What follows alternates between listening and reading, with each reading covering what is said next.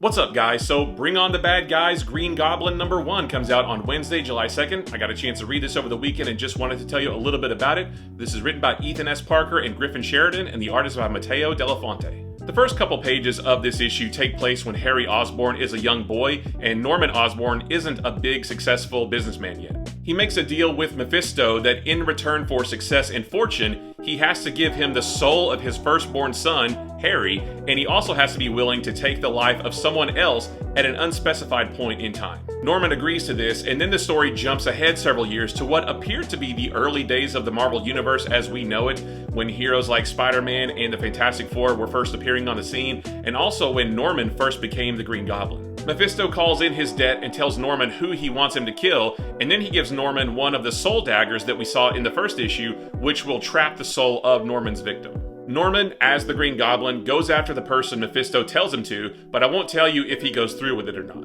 There's also a backup story by Mark Guggenheim and Michael Staub Maria that is the first part of the origin story of Sister Sorrow. I really liked this issue. The Green Goblin has always been my favorite Spider-Man villain, and it was cool to read a story about just him in the early days of being the Goblin, but also with the added element of Mephisto. It made the story very tense and dark. There are no superheroics or acts of daring do in this, and the great artwork helped to set the tone as well. So again, this comes out on Wednesday, July 2nd. Let me know if you pick it up, and if you do, let me know what you think about it.